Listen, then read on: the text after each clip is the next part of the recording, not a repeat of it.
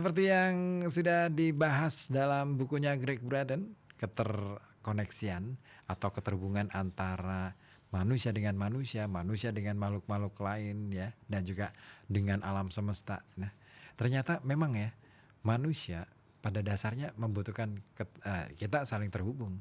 Nah, lalu apa yang menghubungkan kita? Nah, kalau Iwan Fals dan The Massive terhubung karena ada lagu. Tapi bukan lagunya sebenarnya yang menghubungkan mereka. Ada energi yang membuat mereka akhirnya terhubung satu sama lain dan akhirnya klik. Nah, di situ apa energinya? Kalau dalam bukunya Greg Braden disebutnya sebagai ether.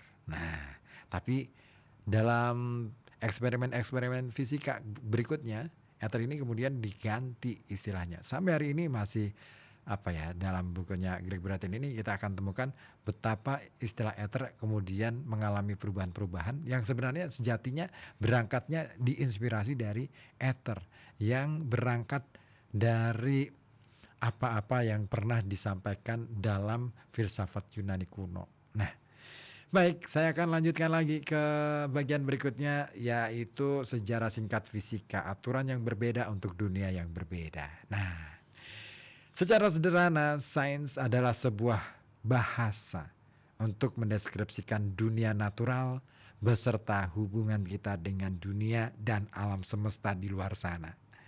Dan ini hanya salah satu bahasa. Sudah ada beberapa yang lain, misalnya alkimia dan spiritualitas yang digunakan jauh sebelum sains modern mengemuka. Ya, perkembangan alkimia ya jauh lebih mendahului dari fisika dan lain-lain. Nah, ini menarik. Spiritualitas apalagi ya. Karena dunia kita adalah dunia spiritual sebenarnya. Di semua ya. Nah, agama adalah spiritualitas. Nah, meskipun barangkali tidak canggih, bahasa-bahasa lain selain sains benar-benar bekerja. Saya selalu kagum ketika orang bertanya, apa yang kita lakukan sebelum sains? Apakah kita mengetahui sesuatu tentang dunia kita? Jawabannya tentu saja ya. Kita mengetahui banyak hal tentang semesta. Pengetahuan kita pada masa itu sangat berguna hingga bisa menjadi kerangka untuk memahami segala sesuatu, mulai dari asal-usul kehidupan sampai kenapa kita sakit dan apa yang harus dilakukan, juga bagaimana kita mampu menghitung siklus matahari, bulan, dan juga bintang.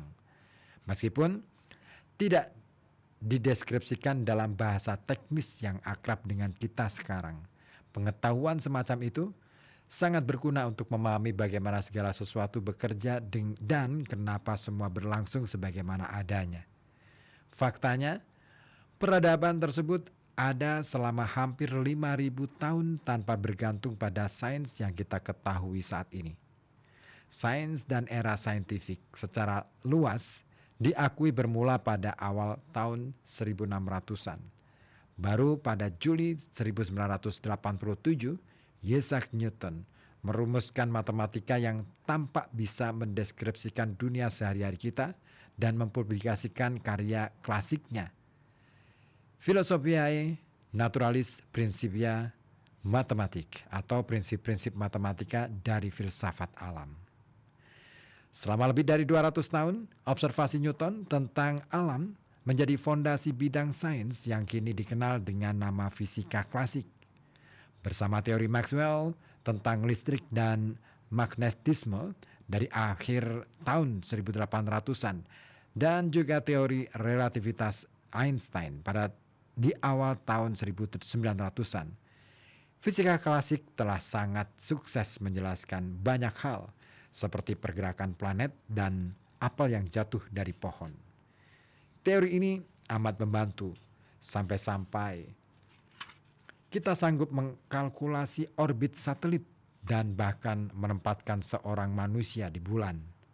Tetapi pada awal abad ke-20, kemajuan di bidang sains mengungkap adanya suatu tempat di alam semesta di mana hukum Newton tidak lagi berlaku. Dunia atom yang sangat kecil. Sebelumnya kita tidak memiliki teknologi untuk meneliti dunia subatomik atau melihat perilaku partikel dan lahirnya sebutir bintang di galaksi yang jauh. Di kedua dunia ini, yang terkecil dan terbesar, ilmuwan mulai menyadari hal-hal yang tidak bisa dijelaskan ilmu fisika tradisional. Jenis fisika baru harus dikembangkan dengan aturan-aturan yang bisa menjelaskan pengecualian-pengecualian dalam kehidupan kita sehari-hari. Hal-hal yang terjadi pada tataran fisika kuantum. Definisi fisika kuantum bisa dipahami lewat namanya, kuantum, yang berarti kuantitas yang terpisah atau berbeda, discrete, dari energi elektromagnetik yang merupakan substansi esensial pembentuk dunia kita. Fisikawan kuantum kemudian menyingkap bahwa apa yang terlihat sebagai dunia padat bagi kita ternyata sama sekali tidak padat. Analogi berikut akan membantu kita memahami alasannya. Ketika gambar bergerak diproyeksikan ke layar bioskop, kita tahu cerita yang kita lihat adalah ilusi.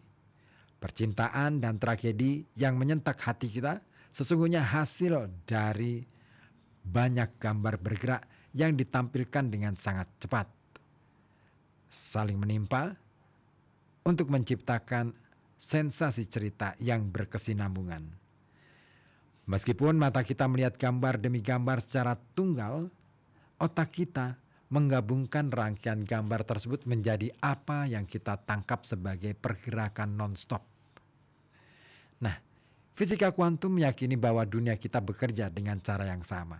Misalnya, apa yang kita lihat sebagai gol sepak bola atau triple axel pemain skateboard di program olahraga Minggu sore sebenarnya dalam terminologi kuantum merupakan rangkaian peristiwa tersendiri yang terjadi dengan sangat cepat dan sangat dekat secara bersamaan.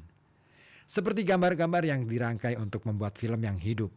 Sejatinya hidup berlangsung dalam satu semburan cahaya yang sangat singkat dan kecil yang disebut kuanta.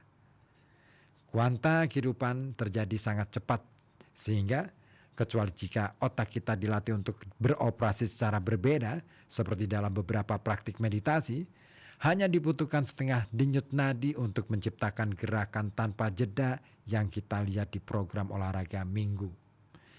Dengan demikian, fisika kuantum adalah studi mengenai hal-hal yang terjadi pada skala yang sangat kecil dari daya-daya yang mendasari dunia fisik kita. Perbedaan cara kerja kuantum dan dunia keseharian telah melahirkan dua sudut pandang di antara ilmuwan fisika kontemporer, fisika klasik dan fisika kuantum. Masing-masing memiliki teori sendiri untuk mendukung cara pandangnya. Adapun tantangan terbesarnya adalah mengawinkan dua sudut pandang yang sangat berbeda ini ke dalam cara pandang tunggal tentang alam semesta, sebuah teori yang terpadu. Untuk melakukannya dibutuhkan eksistensi dari sesuatu yang mengisi apa yang kita anggap ruang kosong. Tapi apa yang bisa mengisinya? Nah, berikut akan ditampilkan juga dalam buku ini rangkuman sejarah panjang menuju teori terpadu. Tahun 1687, fisika Newtonian. Isaac Newton mempublikasikan hukum-hukum gerak dan sains modern dimulai. Pandangan ini menganggap semesta sebagai mesin raksasa di mana ruang dan waktu bersifat absolut. Di tahun 1867, fisika teori medan James Clerk Maxwell mengemukakan eksistensi daya-daya yang tidak bisa dijelaskan oleh fisika Newtonian. Penelitiannya beserta penelitian Michael Faraday mengantarkan pada penyingkapan alam semesta sebagai medan energi yang saling berinteraksi. Sementara tahun 1900, fisika kuantum Max Planck mempublikasikan teori tentang dunia sebagai ledakan energi yang disebut kuanta. Eksperimen-eksperimen pada level kuantum menunjukkan bahwa materi eksis sebagai kemungkinan-kemungkinan dan kecenderungan-kecenderungan, alih-alih sebagai hal-hal yang absolut, mengimplikasikan bahwa realitas sesungguhnya tidak begitu nyata dan solid atau solid. Di tahun 1905 muncul fisika relativitas. Pandangan Albert Einstein terkait alam semesta mengecewakan fisika Newtonian. Ia berpendapat waktu itu relatif, bukan absolut. Aspek utama relativitas adalah waktu dan ruang tidak bisa dipisahkan dan eksis secara bersama-sama sebagai dimensi keempat. Sementara tahun 1970 muncul fisika teori Dawai, string theory physics. Para fisikawan menyingkap bahwa teori-teori yang mendeskripsikan alam semesta sebagai dawai-dawai energi yang sangat kecil dan bergetar bisa digunakan untuk menjelaskan observasi-observasi dalam dunia kuantum maupun dunia sehari-hari. Secara resmi, teori ini diterima komunitas fisika arus utama pada tahun 1984 sebagai jembatan yang mungkin bisa menyatukan teori-teori lainnya. Tahun 2000-an, teori fisika terpadu. Entah kapan.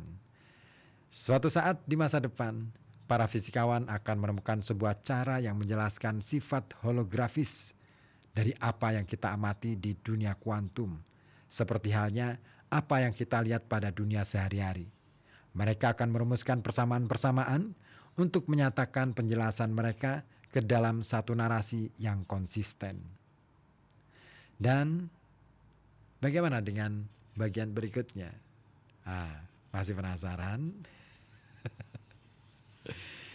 Oke, masih panjang nih untuk bab ini. Kayaknya nggak selesai deh malam ini. Baik, masih akan dilanjutkan kebersamaan kita di Halo Kata Batik di Serbuk Senin Berbuku. Ditunggu atensi dari Anda, baik melalui saluran telepon 0285424474 atau melalui WhatsApp di 0855420911.